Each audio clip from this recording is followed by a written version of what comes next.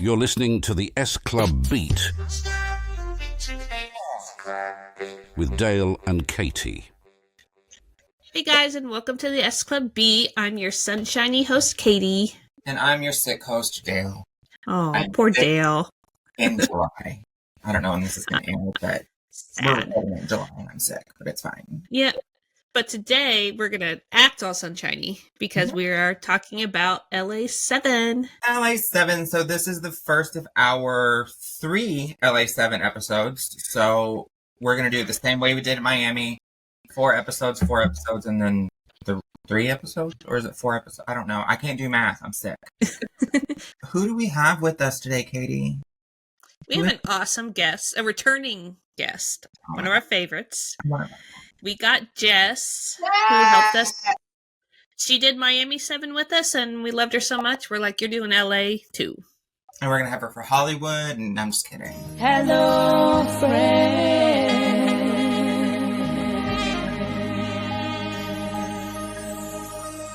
Hi, Jess.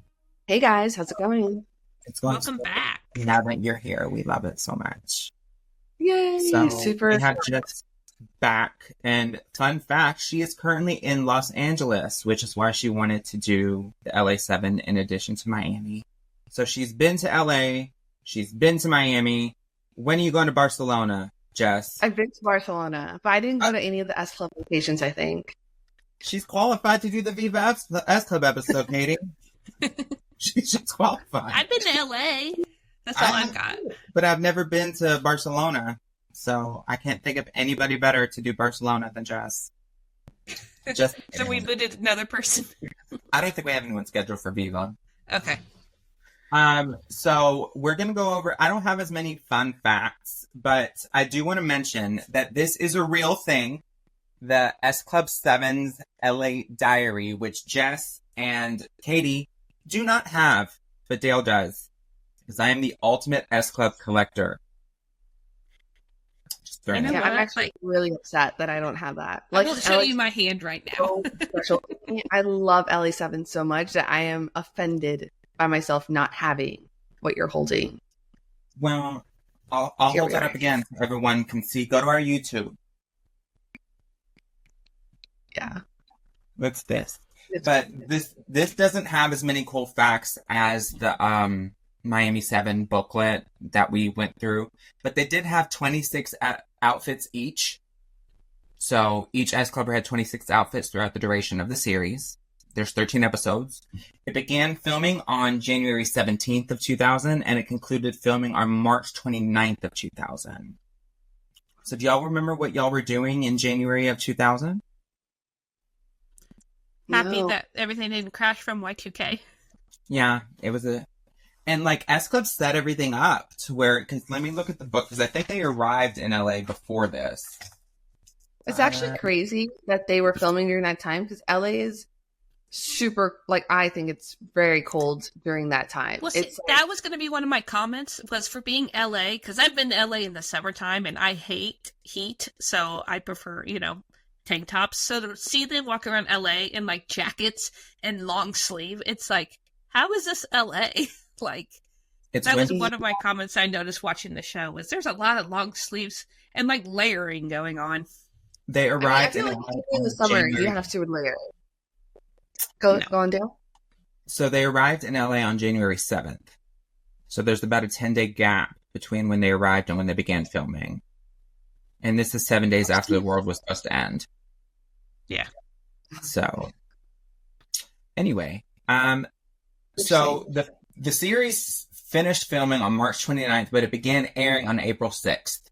So they had just finished wrapping when it premiered in the UK. Isn't that crazy?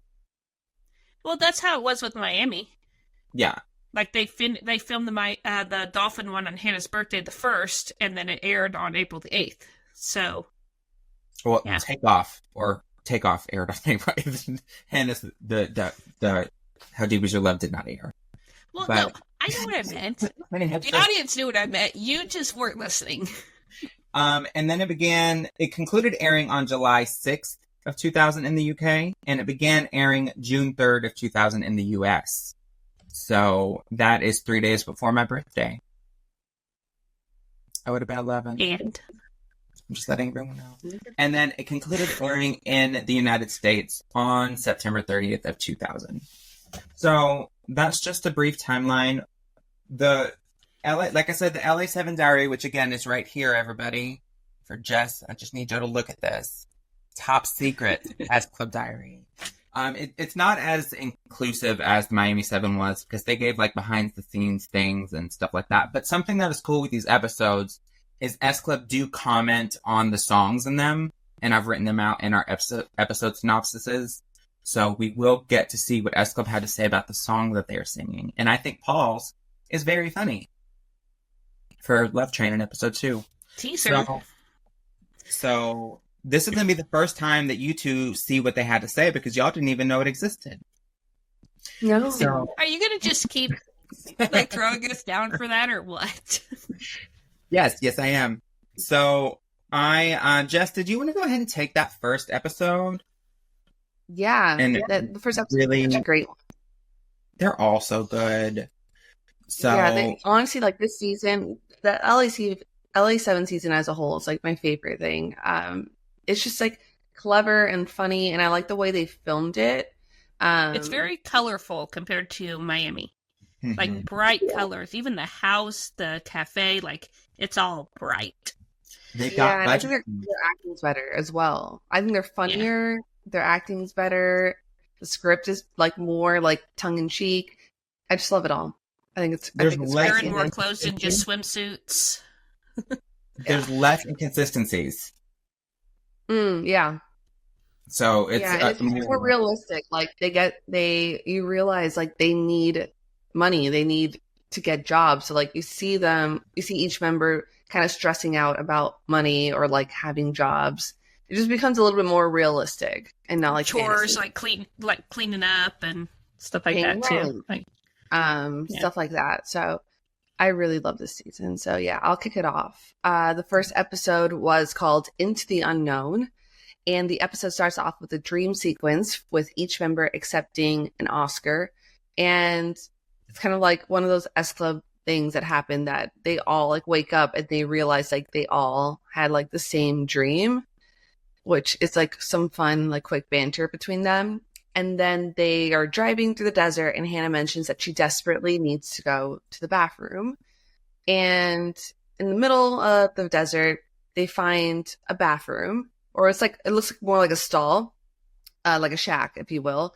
And for the small fee of $20. For $50. What? And I think it was originally, an outhouse. For $20, she gains access to it. And it's like, kind of like the TARDIS from Doctor Who. Like it looks on the outside, it's just like this little like outhouse. But once you go in, it's like this massive, luxurious bathroom. And they start talking to the guy about like their dreams and hopes of like, where they're heading to, which is LA. And before they get to LA, they arrive to like this random town. And Paul finds out that he has relatives nearby in the area called Ridgeback Woods, and he wants to visit them. So they ask locals how to get there, and they are told some actors recently disappeared one by one in those very same woods while making a movie. And all that was left sounds was familiar. Yeah, exactly. So like all that was left was like video recordings of that night. So clearly a spoof of the popular release of the Blair Witch Project in 1999, which I never saw because I was 9 years old. And yeah, I don't The only do thing I horror. remember about that movie, I didn't watch much of the movie, but I swear it had like 20 minutes of previews. Like that's what I always remember on that VHS was it had so many previews. But that's irrelevant, but that's what I always remember. Yeah, Yeah, so I it's just remember it being a big deal, that movie. But yeah, like after they're told about like all these actors disappearing in Ridgeback Woods, Paul still wants to go. So they arrive there, and then of course they end up in the middle of the woods and they ran out of gas. So classic S Club, getting to situations like that. So they break out into two groups. There's group one, which is Paul, Rachel, and Tina. And they go off walking to find gas, while John, Joe, Bradley, and Hannah stay behind. And I like when they break off too, because like you see like the dynamic between 3 characters opposed to like all 7 where it gets like chaotic. So I like when they tend to break out into different scenes. That's just like a little side note. You got the 3 oldest and then the 4 youngest. Like my side note is send the more mature ones out. I never realized that. Yeah. You never break up into groups. You never do it. So I don't know if y'all ever watched a situation like that. Yeah, I don't know if y'all have ever watched Scooby-Doo, but it never works out. Yeah. You never split up in horror movies. No. Exactly. So that was a mistake on S Club's part, and I hope that during the S Club horror film that we eventually get, I hope that they don't do that. Wouldn't that be awesome? Did anyone die? No. They could They're have. fine. They could have. Anyway, No. sorry, Jess. So funny. No, all good, all good.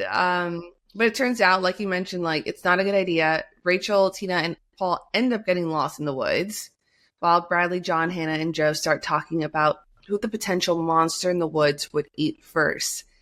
And they kind of get into like this whole bit about it, and I agree with their choices. They say the monster would have Hannah as a starter, John as the main course, and Bradley as the dessert, because according to Joe, he would be the dessert because he's the sweetest. And I thought that was like I thought that was very like well like put. Like I actually believe that Hannah would be an excellent appetizer. Yeah. John like great main course. Jess has turned into a cannibal here. Here we are. If you were a monster, who would you eat first? Probably not you. You're too stringy. Oh, that's good. Probably have you for a starter. Do you think so? Yeah, I think it'd probably have Hannah as a starter and then me as a main course. Bradley for pudding. We saying I'm fat? No, I'm saying you're sweet. I Here don't we know. are. I'm between John and Bradley for the main course because I feel like Bradley's more muscular. Okay. I don't know now. Like, are we talking back then or present day? Because back then, Let's do present. Let's do back then, and then we could do present day version. So back then, I think Bradley was more muscular than John. So Yeah, he was a little twig back then. So I think Bradley would have been a better main course, and John is just as sweet. Like, I think out of all of them, Hannah would probably be the sweetest. Actually, Hannah, yeah. So I don't know if I agree with their decisions. But why is the monster not going to eat Joe? Because Joe she's gonna. Joe will beat up the monster. Do you not Like, remember that's just her and the dog? Her and the dog and seeing double? Yeah. So I mean, Yeah. I just don't see that. I don't see Joe being a victim. Yeah. So I don't fear for her. I love that for her. Like, yeah, I mean, good for her. Good and I'm for just her. glad, like, Rachel isn't in this conversation because I just feel like she would be the first to go. Like, she wouldn't be the sweetest. She wouldn't be the strongest. She would just be the first. She's the weakest link, I think. Like, and that's like a lot of love because I am a Rachel girl. The biggest Rachel Stevens fan, but she would be the weakest link in the band at that point. Like, if it comes to, like, survival of the fittest, I don't think Rachel's gonna do I'm a Celebrity, Get Me Out of Here or Survivor or anything. No. Yeah. She's like like such a character. Yeah, I agree. They kind of like come to a conclusion of like who the potential monster would eat. And then suddenly it's dark outside, and you know what else is there to do in the middle of the woods at night but to break out into a song? Let's sing. What? What? Right? Like Right. that would be my next thought as well. So they performed. Right there, Jess. Pause right there. Okay. Whoa, Do you whoa, remember All right. in the reprise episode of Miami 7, we talked about a song called Nobody Does It Better? Oh, yes. It's the first song sung in the first episode of the next series. I'm just saying, I think that originally Into the Unknown was supposed to be part of an extended Miami 7. I'm just throwing that out there. I have no facts to back that up other than Nobody Does It Better is listed on the reprise. And the reprise episode doesn't really consist of anything. Like, it's not an episode. I think they just showed up to lunch and recorded something one day, but I think there was more to the episode. Well, I do not to skip ahead, but I do prefer the flashbacks of Reprise to the flashbacks of Viva S Club. Like, that one, I did not like. Too many But episodes. we'll get to that. Too many episodes know. of Katie went way over my head because I'm not even thinking of Eva. But I'm just saying that, could y'all see it where this was intended to be an extension of I personally don't, because I just feel like the tone between Miami and this episode are just so different. That I don't see it being like a longer episode where both of these things happened in one. I mean, it could have, because these series, like, I don't know if you'll watch a lot of British series, but British series typically only consist of like 6 episodes or 6 to 8 episodes. Yeah. They're pretty small. So it doesn't make sense why this S Club series is 13 episodes each. It doesn't fit in with the British way things are broadcasted. It fits in more with the way the American things are broadcasted. Because they're typically... I would argue then and say that this could have been a special. Yeah. This whole spoof could have been a special. Well, Yeah. that and the next one wasn't as big of storyline, but the fact that they're still not in LA, even though it's called LA7, like those could be both specials. Standalones, yeah. Yeah. So that is very. I mean, and maybe because I don't think in the world where they were writing this that they thought that, like, I love Back to the 50s and what's the other one? Boyfriends and Birthdays. Yeah, I love those. I couldn't remember the names, but I love them. But I could do without them. But I don't think I could do without artistic differences. I really love that series. Interesting. See, I'm the opposite. Yeah, I'm the opposite. Really? Nobody Does It Better was listed on the reprise episode. It is believed to be an early version of I'll Be There, which is performed in Into the Unknown.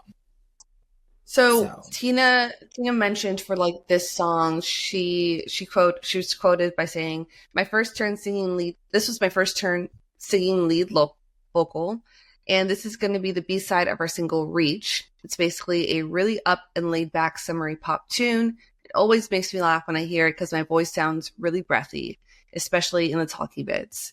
It's all about being there for your friends whenever they need you, especially when you're terrified and lost in the woods." End quote. And I think that's really great media training, how like she ends it with like, especially when you're terrified and lost in the woods. So well done, Tina. Interesting. I thought it was a great choice of a song to do. Yep. I thought it went really well. It's awesome to hear Tina like straight out the gate. Like just right there. She's in the first episode. Yeah. You're not gonna miss her in this. So I forget sometimes it is a Tina song because it's so different from her other ones. Yeah, it's different to Secret Love than like Discotheque and Stronger. But it's a good song. Like it's very strong. Right. I love this one. Mm-hmm. Yeah, it's a fun Every song. time I hear it, there's like a triangle bell like at the beginning of the song, and it just reminds me of the next episode of Rachel hitting the bell. I cannot wait to get to that episode. We're gonna have a very in-depth. No, literally so funny. So funny. So funny. But let's wrap up this one and then we can begin that episode. So after they perform the song, they hear a voice out like in the woods, and naturally they all just start panicking. They think it's a monster, they think someone's out to get them, and they all just start running around in panic in different directions. And eventually both groups bump into each other.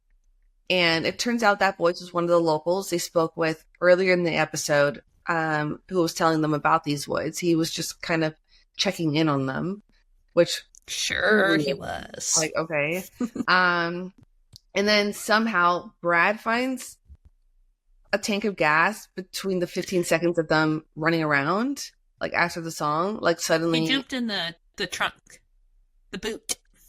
He was in the boot of the car, and that's where the gas was. Why didn't they look there in the first place? No, he said, I found some petrol.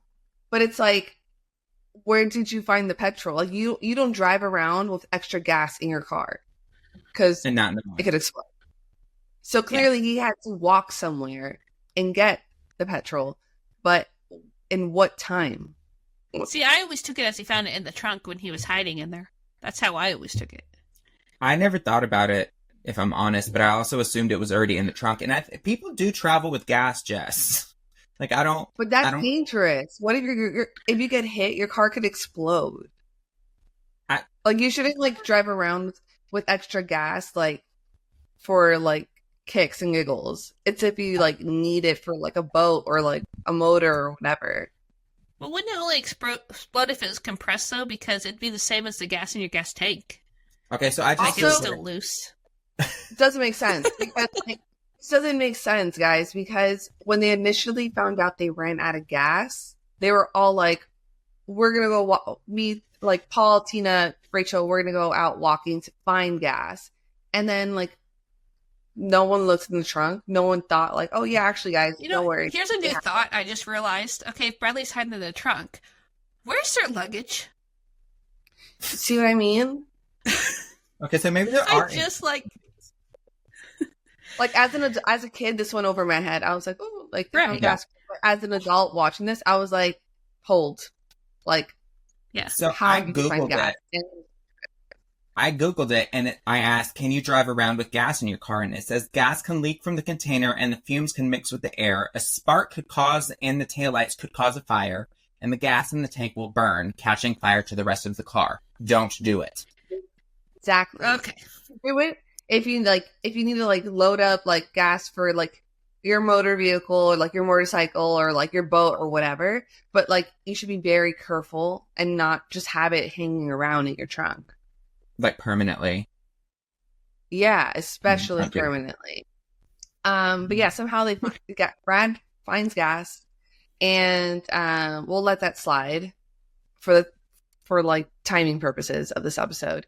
And it turns out in the end that Paul's relatives don't even live in that area; they live somewhere else. So it was kind of a waste of time. But do the band want to go there, too? No. Paul does. The band is like, absolutely not. Yeah. Not after that experience. So yeah, it was a fun episode to, like, kind of kick us off into LA7 and how it's laid out to be for the rest of the season. I really liked it. It was fun. Let's dive straight into the second episode. What is it called, Yeah. Jazz? Yeah, the second episode is called Clever Camp. And they are still not on the same. What is it? I want you to go over this one too, because I just love hearing your voice. Do you? I do. Thank So you. just, can you walk us I through don't this get one? that often.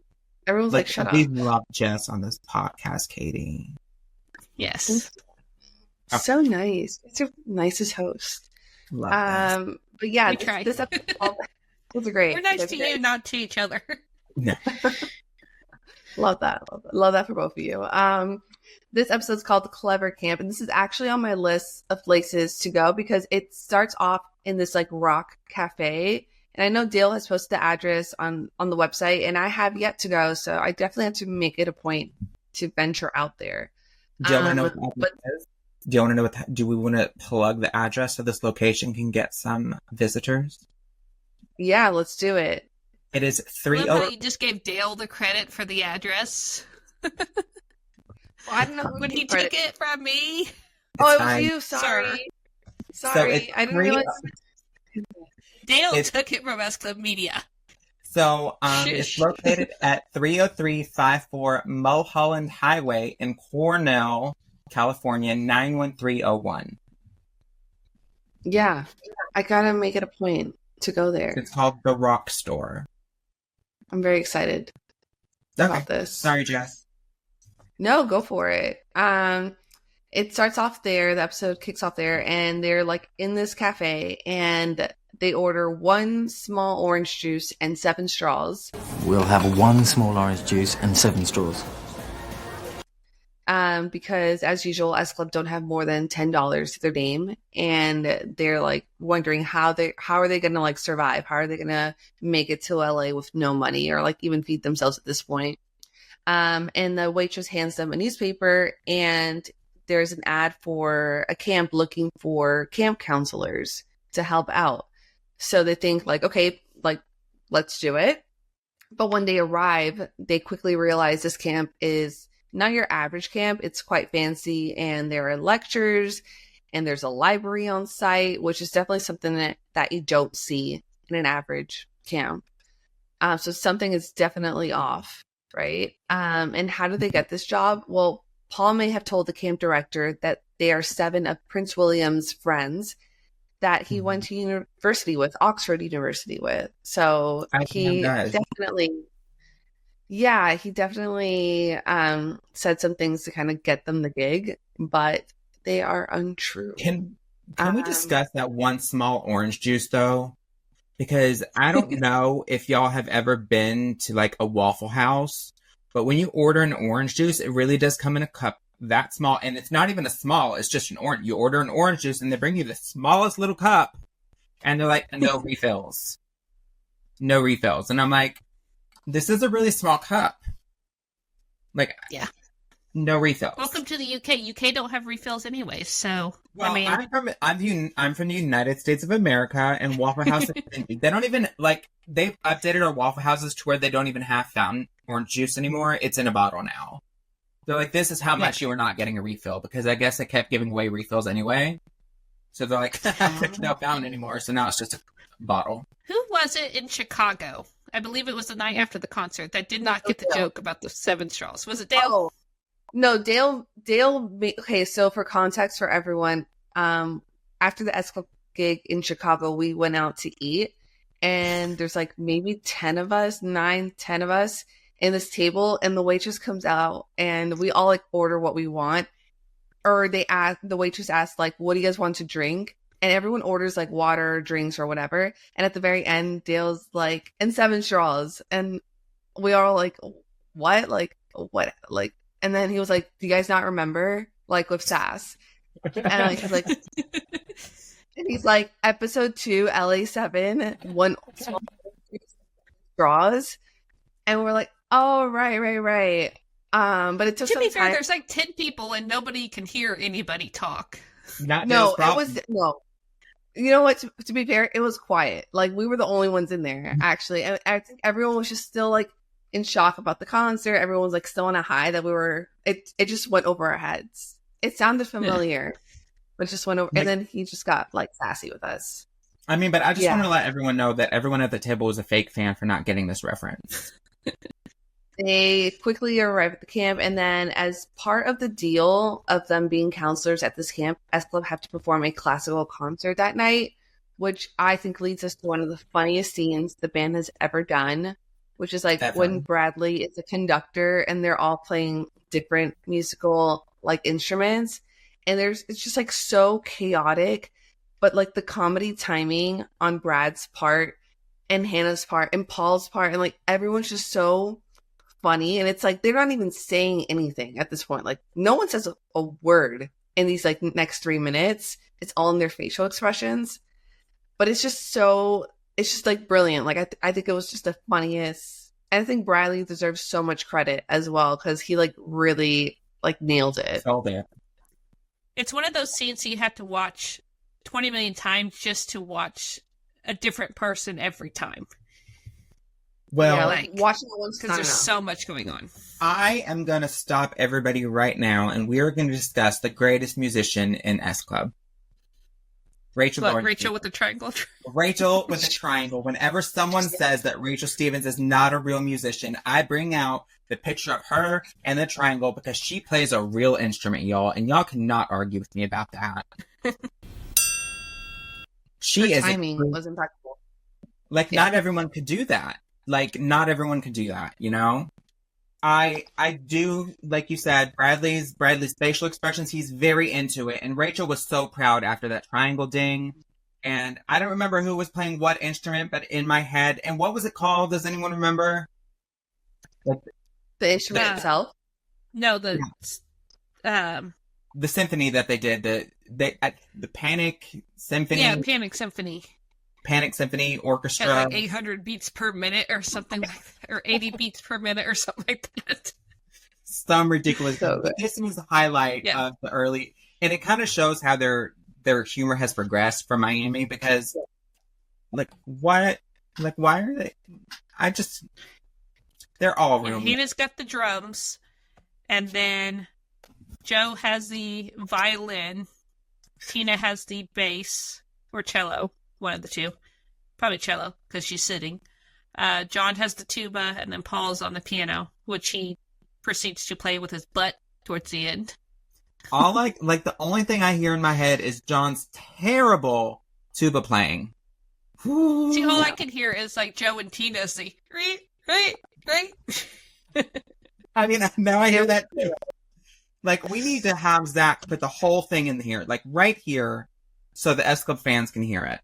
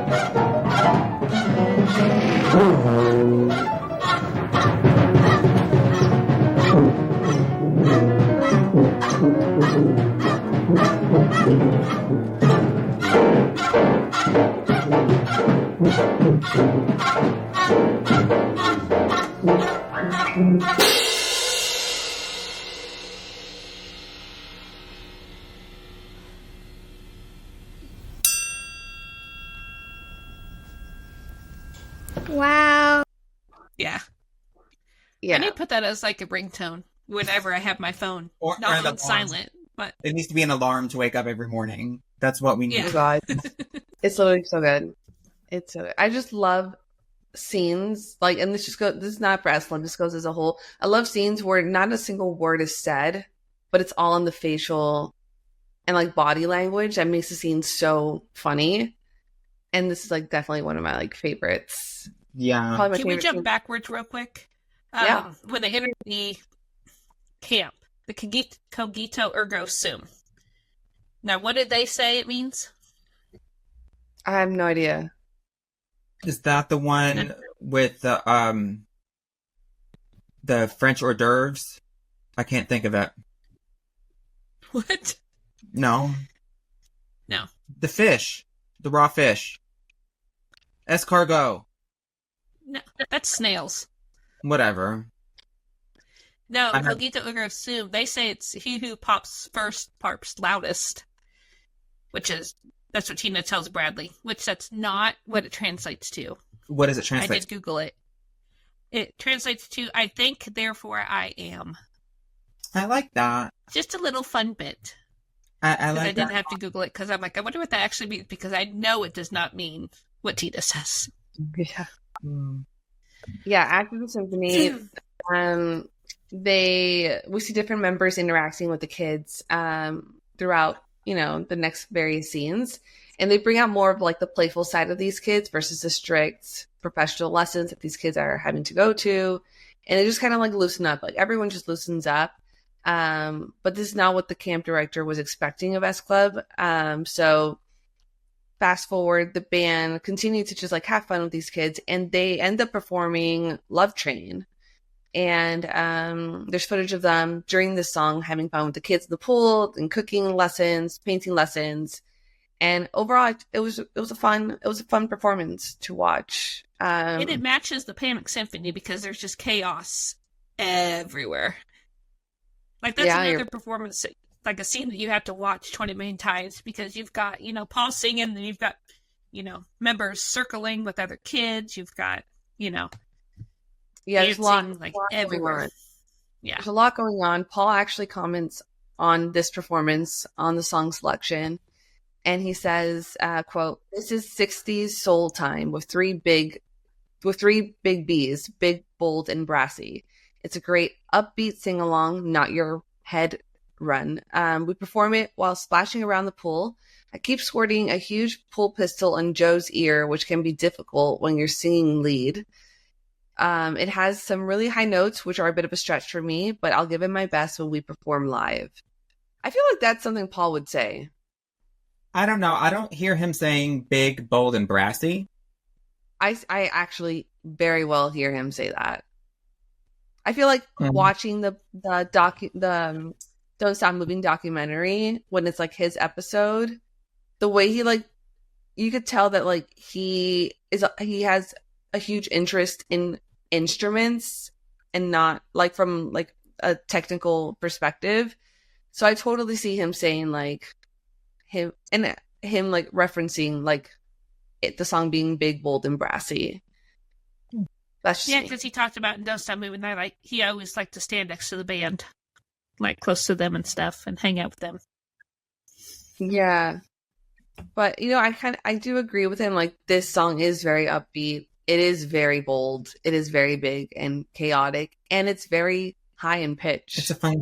So, yeah, it's a great Paul song.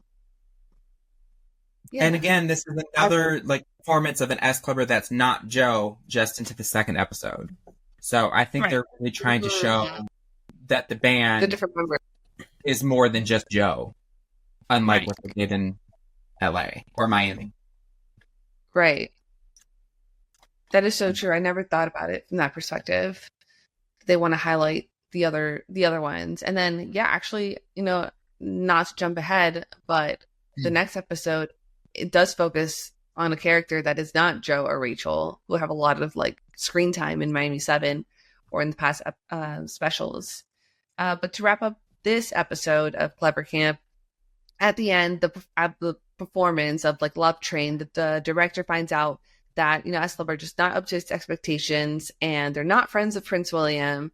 And he asks them to leave. And within the next like 5 minutes, this episode, like, they like quickly like wrap it up in a big red bow. The director like leaves his little villa or like his building after firing S Club, and the kids kind of chuck him into the pool. Like it's a very quick turnaround time of like the kids convince him to go for a walk, and then in like 10 seconds later, they like trick him and make him jump into the pool. I think it's so random. Like I thought it was just like a random end to the episode. Like, yeah, it's like fun and like all is well. The episode, everyone's great, but it was just like weird how it's like you're fired and then he just jumps in the pool and then it's like the end, credits roll. I don't know. I thought it was weird. A weird end. It's the only thing that I remember is like jumping back to the beginning of the episode when they had like Paul and they're like waterboarding him, like drowning him. Like, what did you tell them? And then like they dunk him. That sticks out of my mind. And then at the end, he just dunks himself. He's like, come on. Yeah. So, Paul was hilarious. Like, I do deserve it. Okay. Paul was like we commented earlier. It really like their comedic timing and all that. They did work on it between Miami and here because this is so much better writing. It's so much like, and they're doing real world stuff. Like they do get it, like we discussed, they get a small glass of orange juice. They have 7 people share. And that small glass of orange juice probably costs them about $3 to $4 because orange juice is not cheap. No. So, yeah. But yeah. Does anyone else have any other comments for Clever Camp? Nope. The last thing I am going to mention is that the Camp Elysium is originally called the Villa della Sora Doro. I don't speak whatever language this is, so you could put it right there. Yeah, just put it right there. The physical address is 675 West Highland Avenue, Sierra Madre, California 91024. So I gotta go there too. I gotta make it a point to go. Yeah. So you can go to SClub.org and go to the S Club traveling locations. Thank you to S Club Media and everyone who participated in that. But it is now live on SClub.org, also known as World of S Club, which we may or may not be affiliated with. We don't know. Right. So we're going to hop into the third episode, Hello, Hollywood.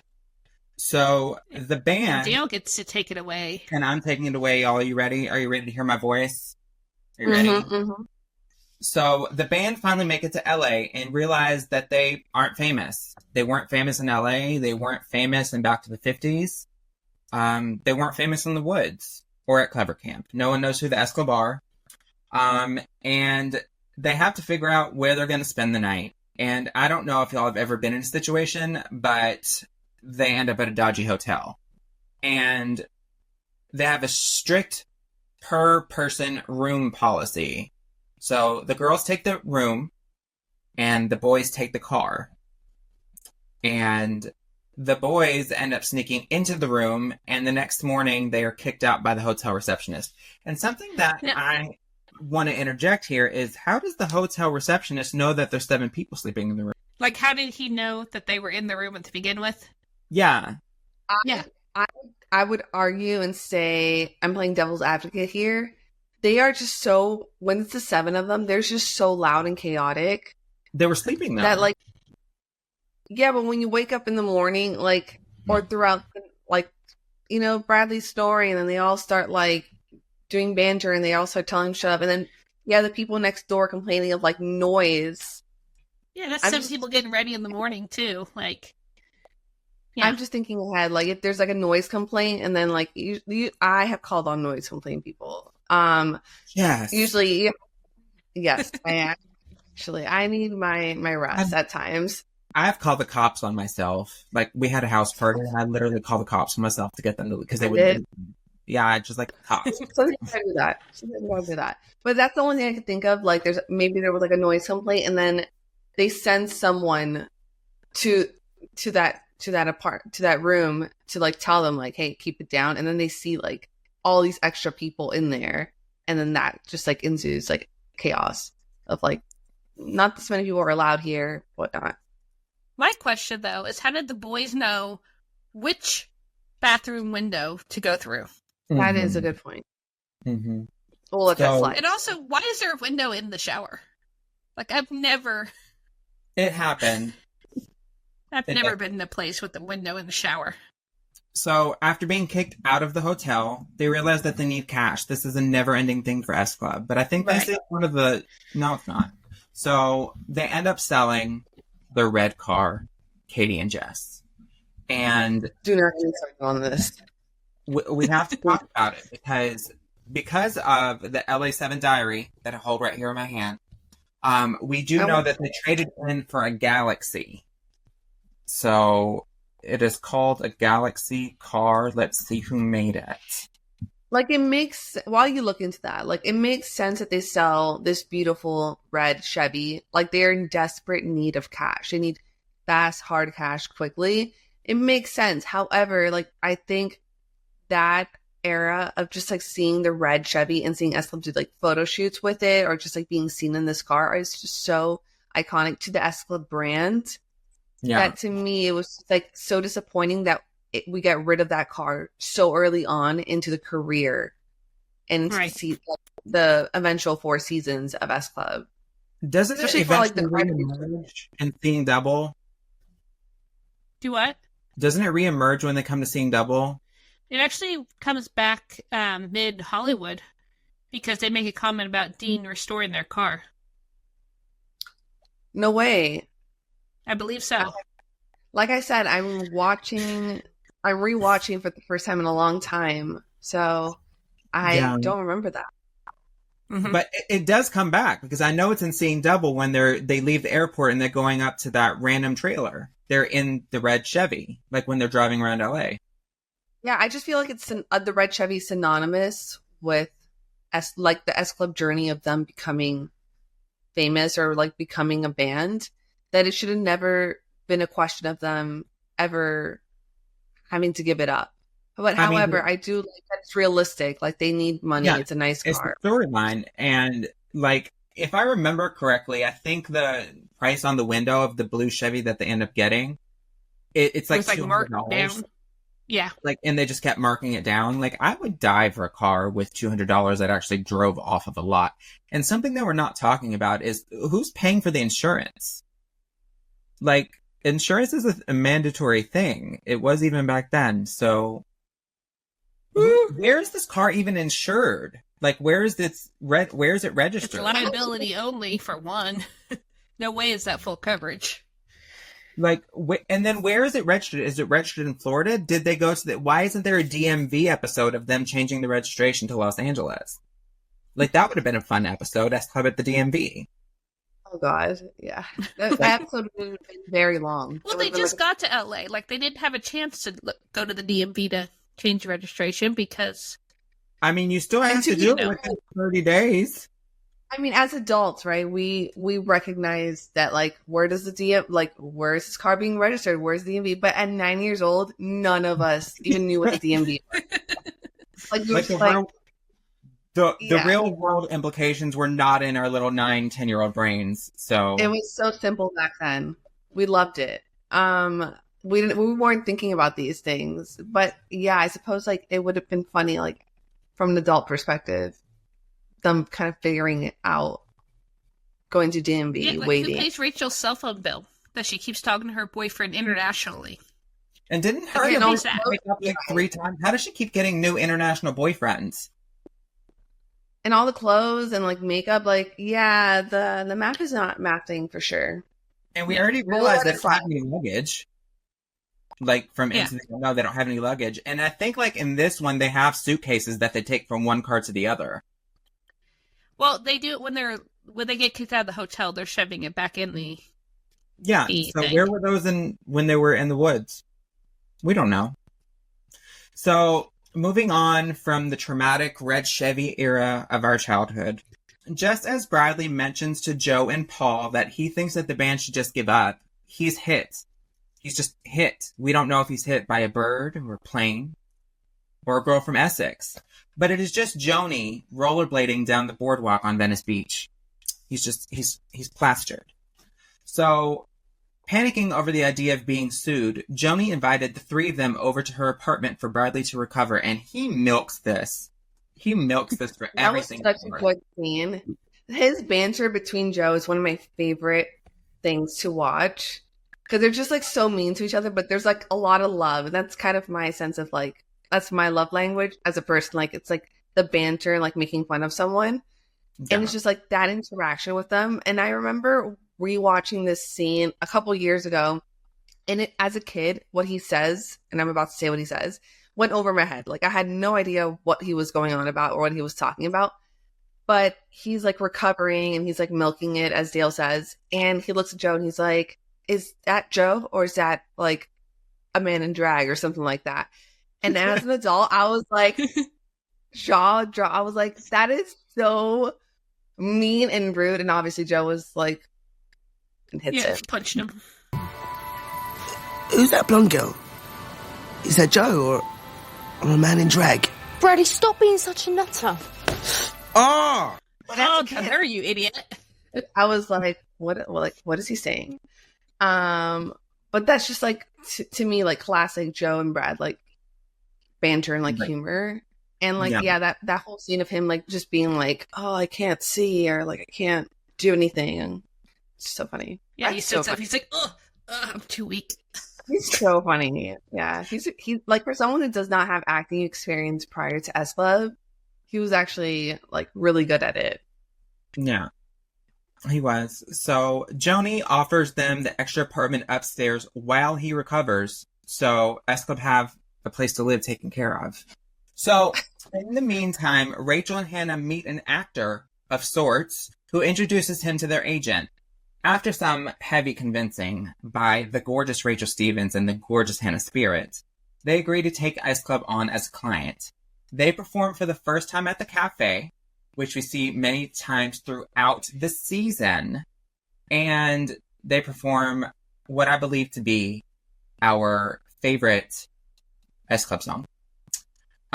So the place that they perform at, or a place that is known as the cafe, was actually Danny's Venice Beach. It closed in 2016 and has reopened as the Winston House, where y'all can go and enjoy food. So SClub ended up performing Natural, and these are Rachel's comments on Natural. She says, "I love singing this sultry, slinky little number. It samples a classical tune, Pavan. I don't know how to say these words, so don't come for me. It samples a classical song. Insert the song title here, which some of you may recognize. It's a powerful pop track about being madly in love with your perfect match. It is a bit of a band favorite and may be our next single after Reach." So, in SClub7's diary, they tease their second single as Natural. And this Does it say when that was released? It was released in May. It's in the bottom right-hand corner. It was May 2000. So I think right as the series was ending. I have the facts up here. So it was released May 2000, and it was released right in the middle. So it was released like after the first couple of episodes had aired. So we didn't get Natural until October, I believe. And something that bothers me about the Rachel performance of Natural in this is they use the single version of the song. So the album version, and correct me if I'm wrong, I could be wrong, because I haven't seen this in a couple years. The album version has the ugly bells. Like, I call it the Christmas version because it just sounds so bad. Like, we talked about it in the 7 album review, but the version of Natural on the album and the version that is used in like all of these series differs. And I don't understand why the album version of it exists. Because they already knew it wasn't a good mix when this came out. So that is the end of Hello Hollywood. So that's really just it. SClub now have a manager, they have a place to live, and everything is good as gold. Yep. Everything's Do y'all settled. have any comments about Hello Hollywood? I do. Oh, go ahead, Jess. I just wish it was that easy in general. They make it seem so easy. Like, oh yeah, like we have an apartment now that we don't have to pay for. Oh, we just got an agent. Oh, we're just already performing in a cafe. It's just like a quick like progression. But how'd they get the gig at the cafe? Like they just walk in and say, "Hey, can we perform?" Or I'm gonna play devil's advocate and just be like the agent already has contacts. Oh yeah, the agent probably got that. Just like set them up at the cafe. Yeah, here's your truck. Well, he said he'll give him a gig, so I guess that was the gig. Yeah. So. Yeah. For the last episode that we discussed in this first episode of our LA7/SClub7 in LA revisit, it is Misguided. And Katie, did you want to take this one? I will. Fantastic. Okay, so episode 4 is Misguided, and we start off with, I'm going off no notes, so you can interject if I miss something. We start off with Hannah. She is the first to get a job. And she is a tour guide. And she is a horrible tour guide. Because she doesn't know whose house is whose. Then we go to the cafe, which we see now the inside, them chilling out. And they're, again, strapped for cash. Because Paul brings them drinks and says, make the most of it because he's out of dosh. Which is their little slang for their money. And Joni comes in and she has a proposition for him that she needs a date with a younger guy because her friend from college or high school, I think it's college, is doing a double date and she's got a younger guy. So she asks one of the guys to be her date, and as a compromise, she will waive this month's rent, which, you know, of course they're going to go for that because they need a chance to save money. We go back to Hannah. And she's back on the tour again. And she sees a house being burgled. And so she saves the day. She catches the burglar by surprise and saves the day. And it turns out it's Tommy DeWitt's house, a famous actor that the other girls are so smitten about, but she is not a fan of. Yeah, so she goes ahead and goes on the date just because, he's famous. And he spends the whole date just talking about himself. You think he's going to talk about her. Like, tell me about you. But then he's like, have you seen any of my movies? Like, just very selfish and big ego. And very rude to the fans that come see him. And then, but despite that, they end up kissing on their date, which Rachel, Joe, and Tina spy on her and see. So this is also the first time, though, we see the chalkboard on the door, which it's kind of like a Friends thing, where every day the chalkboard said something different. Yeah. So the first time, I can't figure out what the first one says. It's really blurry. But the second box says Chet Daddio, which no clue what that one means. And then the third box is a drawing of a car. So we're going to say Joe probably missed the car and drew it. That's what I'm going with. So, okay, so Paul goes on his date with Joni, and Hannah is on a second date with Tommy. And they're with her manager, and he invites her to the premiere. And his manager is not having it because it's over the War of Independence, at which Tommy is dumb and doesn't even know who fought the War of Independence, which, to be fair, I don't either.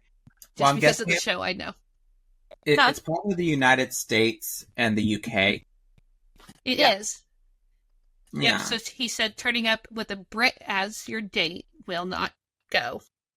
So then he offers to go bowling, and she's just like, whatever. So this episode, too, we get a lot of not name calling, but just like nicknames. Like Paul's Horn Doggy.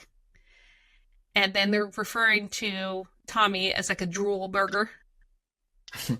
And I think it's all this S Club language. And then Joe tells Bradley to stop being a brain cell, which I'm not sure what that even means. Yeah. Stop trying to be stop being a brain cell. Stop trying to be what? Bradley ain't smart. I'm guessing that's what, maybe I'm hearing the accent wrong, but that's always what it sounds like to me, is she's calling him a brain cell. I might have to rewatch it. I don't know. But the episode does end, Katie. Yes, eventually. Hannah dumps him, which Hannah does dump Tommy, that's one of my favorite quotable ones, when he's like, 4-foot blondes are tested really badly this year. And of course they make the joke with her height again, because she's like, first of all, I'm 5 feet, nearly. And then she says, I really hope one day you find someone who loves you as much as you do. Which is cool. Yep. And then they perform not natural. I'll Keep Waiting. Which I love that I'll Keep Waiting version. Like with the girls echoing. I love that version more than the album version. And then they meet up with Joni, and she's like, hey, these are my sisters, which they look pretty rough. And they need some younger guys, too, to go on the date with. And the boys take off running. Mm-hmm. So good. That was a really good performance, too. I really liked when they did that song. Yeah. And the theme continues of it's still not a Joe song being performed or a Rachel. Well, Rachel just had a song, but they're kind of leaving Joe for the very end and letting the other members take their turns. The spoiler alert: Bradley sings in episode 5 as well, because we got Spiritual Love in episode 5. So Joe's a great lead, but they realize there's 6 other people in this band. Let's rotate them, get them some screen time. So Bradley actually in this song. He says, this one's a real pop anthem with loads of chant-like vocals and a really mellow vibe. It's really catchy. One listen and you'll be singing for the rest of the week. And as you'll see in LA7, we've come up with a really groovy dance routine to go with it. It's really wicked. Yeah. I agree with I don't see Bradley saying that. I don't see it. Yeah. I always comment on John's outfit in this performance because he has a lot of the double layer shirts going on. Like the long sleeve under the short sleeve. Honestly, he gets like really baggy on him. I love, maybe it's just like me being nostalgic, maybe, but I just love when I see guys wearing a double like layered shirt like that now. I think it's so cute, so hot. I don't know, maybe it's just me, but it just reminds me of that. That's such a 2000s like look. Like he wears that a lot during this season, and they're really big. Like they're not even tight or anything. Like he is like drowning in his clothes this season. So I really like it when he wore. I think he wore like blue and yellow, right? Yeah, for Cross My Heart. Yeah. Oh, Cross My Heart. But yeah, like he looks so cute. They all look so cute. So a few other notes I have for this episode. There's more door signs. This time, they actually make more sense than the Chat Daddy-O. We got rent, do, help, which is totally on brand there. Accurate. Then another on brand, Paul, stop eating my food. And the note was from John. And then Tina, phone home. Which so cute. Seems like, it'd be fun. If it was Rachel, it'd make a lot of sense because she's always phoning home. But still nice personal, Tina, phone home. And this is also the first time we see the bedroom assignments. So you got Joe and Tina together in a room. You have Rachel and Hannah together in a room. And you have Paul and John in a room together. And then poor Bradley just gets the couch. Like, why? Well, I mean, I guess he snores, so I guess he gets kicked out. So he has to sleep in the living room. That is true. Very, very valid. Also, like, out of all the boys, I would think, like, Brad's, like, the most, like, I don't care. Like, the couch is fine. He falls asleep anywhere anyway. So, I mean, the couch is fine. Yeah. So, yeah, Tina and Rachel's, not Tina, Hannah and Rachel's roommate situation is probably my favorite just because of the next episode. Like, it makes total sense that they'd be together. I love the room segment. That is the notes that I have. That is the end of Misguided, y'all. We got to the end of our first episode of LA7. Yeah. Y'all have any comments on the first 4 episodes as a whole? Anything as a whole? I mean, I guess, like, as I've said, like, I just love the direction taken for LA7 as opposed to Miami 7. Also, like, Miami 7 did have a lot of, like, steady cam movement, and LA does too. It just seems more like it feels more real, like you are there with them. And then, like, not to jump too much ahead, but in the later seasons, like Hollywood 7 and Viva, it's more like, you don't see that shaky camera movement. Which is a testament to, like, how things have changed in entertainment. Like, there's no more shakiness. It's like the flat out, just like base level camera, but it feels more real. Like you're in that world with them in LA7 and Miami 7. So I really like that they continued that bit. And it's just a start. Like LA7 is just so much fun. Yeah. Yes. We are super excited to go into the rest of LA with y'all. It's been amazing having you back, Jess. Thanks. Next week. Get her back for 2 more weeks. Yeah. 2 more weeks. Instead of, an all-day episode. I would look for any opportunity to talk about LA7. I just love it. I love that season so much. So I think I love this. And also, on this, it says that just rip that out of his hands. Like, I don't know if y'all can see it, but it's 100% park free. Park free. No. Oh, Parp? Okay, I see it. Parp. Yeah, I see that now. 100% park free. So if anyone sees this out and about, I just did a Google search for it and I couldn't find it. Yeah, it's going to be a hard one to find, I think. Yeah. But anyway, so that's the end of this episode. Thank you so much for joining us, Jess. We love you as always. Yeah, it's been super fun. I love chatting with you guys. Okay, bye. That's wrapped. He's like, okay, bye. Thank you so much for listening to the S Club Beat. If you would like to follow our guest, we have placed their socials in the description box below. If you would like to follow the S Club Beat, you can follow us at the S Club Beat on all of the socials. If you would like to follow Dale, me, you can follow me at World of S Club on pretty much everything. And if you would like to follow Katey, you can follow her at Katey_Carmen on all of the socials. Again, thank you so much for listening to the S Club Beat, and y'all have a great rest of your day. You're listening to the S Club Beat with Dale and Katey.